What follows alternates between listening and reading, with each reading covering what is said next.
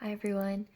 As you can probably tell by this, I was unable to record this as instructed, um, just because of the technology side of this not really working as planned. So I apologize ahead of time if this is really shaky, or if it moves away from the screen at all. I'm going to try and keep a steady hand. Alright, so I chose to research Mohamed Atta. So he was born in Egypt and he attended university there, pursuing a degree in architecture. He graduated in 1990, at which point he almost immediately went to a university in Germany for his graduate degree called Hamburg Technical University. This was the beginning of his journey to what is now considered the most tragic event in American history, the terrorist attacks of September 11th, 2001. So during his time in Germany, he lived with other September 11th terrorists, and he became more religious and followed strict Muslim rules, which he hadn't really done previously throughout his life. And he joined Muslim organizations, and in 1995 actually established a student organization of his own. And so this continued until 1999 when he went to Afghanistan with his roommates and trained with Al-Qaeda. This is the time when he and his friends pledged their allegiance to Al-Qaeda and bin Laden and were given their assignment to attack on American soil. So he is linked to an Al-Qaeda terror cell in Hamburg in 1999. When he went back to Germany in 2000, he began his mission by researching and pursuing the necessary steps of becoming a pilot, at which point he also shaved his beard and abandoned all aspects of his appearance and habits that displayed his dedication to Islam. And so when he started researching flight schools in the United States. So he entered the United States on June 3rd, 2000, and he enrolled in a flight school in Venice, Florida with his prior roommate. They took before 9/11, he took surveillance flights to Las Vegas, and on 9/11, they left Boston on United Airlines Flight 11, which had 88 passengers aboard, and Atta is presumably the pilot that crashed into the World Trade Center and is responsible for the 2,700 people that died.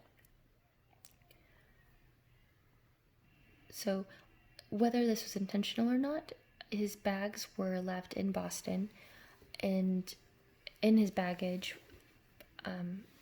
there was a 4-page document found that was a step-by-step handwritten manual, so to say, as to what they would do the night before. And this included prayers that they were to recite, as well as preparations and specific instructions for what they were to do the night before. And this document was found also handwritten in Arabic in the belongings of the hijackers in Washington, D.C., and the crash site in Pennsylvania. And the document represents the ways in which they justified their actions and made peace with the horror that they would impose on Americans on this day. And this right here is one paragraph which was included in this 4-page document. It just kind of caught my eye. It says, "If God decrees that any of you are to slaughter, dedicate the slaughter to your fathers, and because you have obligations towards them, do not disagree and obey. If you slaughter, do not cause the discomfort of those you are killing, because this is one of the practices of the Prophet, peace be upon him." This one caught my eye because it specifically says not to cause discomfort of those you are to those you are killing. And I found this really interesting just because if you're killing people, you're causing discomfort, whether it be to them in that moment or in their families' lives, innocent bystanders, people that were not directly involved but felt threatened, and the effects have been seen even to this day. So I just thought that was interesting that their discomfort was kept in consideration. And so the parallels to demons is it I found a connection between Mohamed Atta and Nikolai. So because both of their stories end with suicide, and although I know he's not the only character that ended with suicide, Nikolai was also described as being clever and subtle, and I feel that this is exactly how Atta would have had to be in order to succeed in planning his attack. There were too many moving parts and interviews, getting into the United States, the process of getting accepted into the flight program and into the interview of getting hired by the airline. And there's a lot of moving parts there that without being clever and subtle, I don't think he would have successfully pulled off. And Nikolai is described as fearless, and death is viewed as a positive thing, as a